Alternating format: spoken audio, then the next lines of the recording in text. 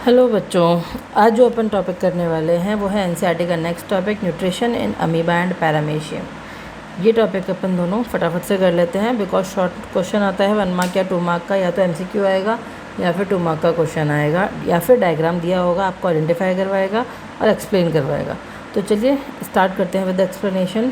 So how first देखते हैं amoeba के अंदर कैसे हो रहा है, देन पैरामीशियम। ठीक है, तो यहाँ amoeba and paramecium both are unicellular organisms. Uni का मतलब होता है सिंगल सेल ऑर्गेनिजम्स हैं जिनकी बॉडी कवर्ड है, आपको दिख रहा है ब्लू कलर की लाइन से मैंने बनाया है प्लाज्मा मेम्ब्रेन। ब्लैक कलर का जो इनसाइड आपको डार्क डॉट दिख रहा है that is nucleus, these small dots are the cytoplasm, और ये रेड जो है ये है अपना फूड पार्टिकल। ठीक है, फूड पार्टिकल के साथ में कि कैसे फूड अंदर लेगा सेंस करेगा वो अपन सब इस डायग्राम के थ्रू देखेंगे। So when ever food particles comes near bye amoeba it start sensing that food particle, है ना। तो वो फूड पार्टिकल जैसे ही इसके पास में आता है, जो मेम्ब्रेन है plasma membrane, that starts changing its shape. क्योंकि प्लाज्मा का इसका डायग्राम अपन देख रहे हैं अमीबा का, तो डायग्राम की कोई फिक्स शेप नहीं है, रेगुलर शेप का है, और ये अपनी शेप को चेंज भी कर सकता है बिकॉज फ्लैक्सिबिलिटी है प्लाज्मा मेम्ब्रेन के पास। तो यहाँ जैसे ही food particle comes near by that, तो ये क्या करेगा, फूड पार्टिकल्स को कवर अप करना शुरू कर दे। जैसे बॉडी अगर ऐसे बनी हुई है तो वो उसको ऐसे कवर करना शुरू कर दे। ठीक है, तो यहाँ जो कवर अप करना है, कवर अप करने के साथ ही इसकी बॉडी की जो शेप चेंज होती है, यहाँ पे एक फॉल्स लैग लाइक स्ट्रक्चर्स बन जाते हैं दोनों। इन लैग लाइक स्ट्रक्चर्स को अपन बोलते हैं सूडोपोडिया। ठीक है, सूडो वर्ड का मीनिंग क्या है, सूडो इज़ फॉल्स और पोडिया मीन्स लैग्स। तो ये looking like false leg like structure है नहीं, पर दिखता अपन को ऐसा है। तो दिखने की वजह से इसको हमने सूडोपोडिया नाम दे दिया। सूडोपोडिया बनते हैं वापस ठीक हो जाते हैं, बनते हैं वापस ठीक हो जाते हैं, depending on the movement and the food particle injection. तो यहाँ आप देख रहे हैं ये सूडोपोडिया आया और इसको कवर अप कर लिया फूड पार्टिकल को, और उसको अंदर एंगल्फ करने की कोशिश कर रहे हैं। तो यहाँ थर्ड डायग्राम में आप देखेंगे इसको ये एंगल्फ कर चुके हैं ऑलमोस्ट, एंड लास्ट में फिर क्या होगा, सूडोपोडिया की मेम्ब्रेन जुड़ जाएगी और ये फूड पार्टिकल फूड वैक्यूल के अंदर बॉडी में चला जाएगा।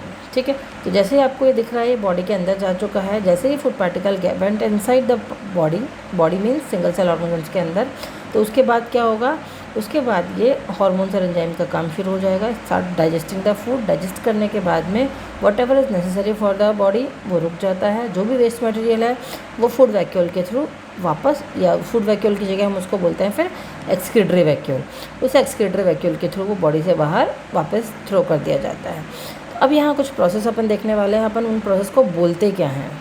अमीबा का जो फूड इनटेक का प्रोसेस है वो 1 मार्क क्वेश्चन में या एमसीक्यूज में आता है। That answer is endocytosis. Endo means अंदर, साइटो मीन्स सेल के। तो सेल के इनसाइड जब फूड पार्टिकल का मूवमेंट होता है तो उसको एंडोसाइटोसिस बोलते हैं।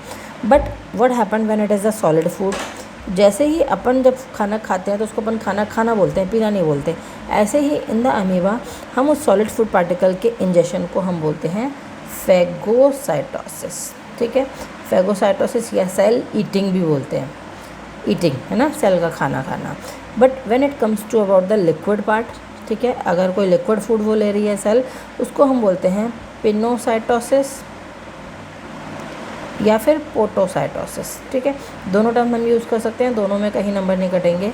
इन दोनों टर्म को हम कॉमनली बोलते हैं सेल ड्रिंकिंग।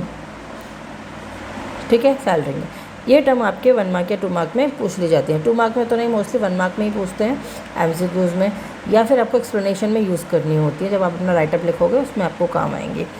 तो ये हो गया पूरा का पूरा अमीबा का प्रोसेस। फूड इनटेक को एंडोसाइटोसिस बोलेंगे, फूड सॉलिड है तो फेगोसाइटोसिस, और लिक्विड है तो पिनो या पोटोसाइटोसिस कहेंगे। Cell drinking, cell eating respectively they are also called as. लेकिन आफ्टर डाइजेशन फूड जब बाहर हम थ्रो करते हैं, मीन्स अमीबा जब उसको थ्रो करेगा तो उस प्रोसेस को अपन बोलते हैं एक्सोसाइटोसिस। एक्सो मीन्स बाहर, cytosis means through the cell. Cell के थ्रू उस वेस्ट मटेरियल को बाहर करने का प्रोसेस जो होता है वो कहलाता है अपना एक्सोसाइटोसिस। तो ये कंप्लीट आप जो देख रहे हैं डायग्राम चारों आपको बनाने होंगे 2 मार्क क्वेश्चन के लिए। एक्सप्लेनेशन में इन वर्ड्स को यूज़ करना होगा जो कि बहुत इंपॉर्टेंट है, एंड बेटर होगा आप साथ में उसको पेंसिल से अंडरलाइन भी कर दें तो एग्जामिनर को बहुत अच्छा इम्पैक्ट आता है इस चीज़ का।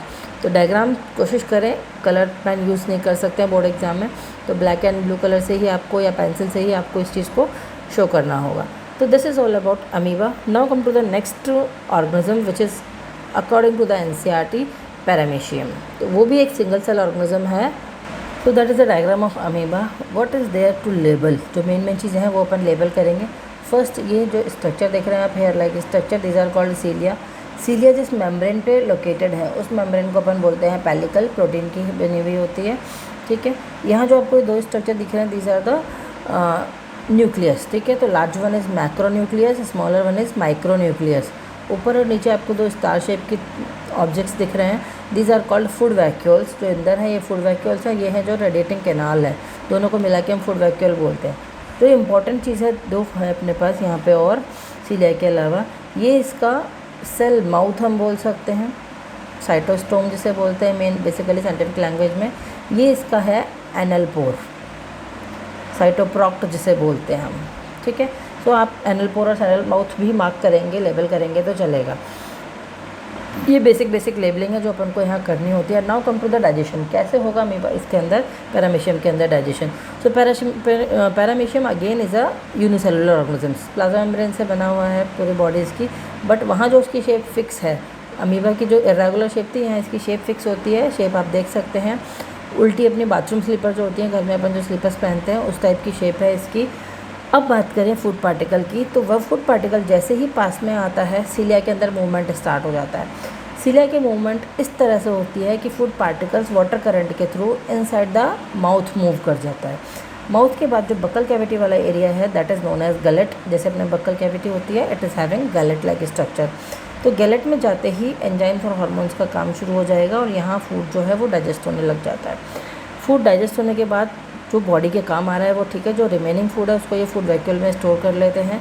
And when it is just come to throw out the waste, तो ये फूड वैक्यूल्स के थ्रू ये फूड जो है एनल पोर के थ्रू बाहर वाटर में अगेन डिस्चार्ज कर दिया जाता है। तो ये फूड प्रोसेस है in the paramecium single cell organism. यहाँ आपको केवल एक डायग्राम बनाने की ज़रूरत है बेसिकली, और मोस्टली एक्सप्लेनेशन, मतलब 1 मार्क का एक्सप्लेनेशन आ जाएगा, 1 मार्क का डायग्राम इसमें भी आ जाएगा। तो ये जो बेसिक चीज़ें हैं मैंने आपको लेवल करने की ये बता ही दी हैं, क्या आपको लिखना है that also I told you. So complete confidence के साथ राइट योर आंसर। बहुत बड़े बड़े नहीं हैं, 2 मार्क के हैं तो 3-4 लाइन में अपना आंसर फिनिश हो जाएगा दोनों ही। Either the diagrams are given और diagrams you are asked to make. दोनों कंडीशन में आपको डायग्राम्स का पता ही चल रहा है, दिख रहा है कैसा है। अगर दिया हुआ है ऑलरेडी तो उसको रीमेक करने की कॉपी में दोबारा कॉपी में बनाने की ज़रूरत नहीं है, क्योंकि that will take your time.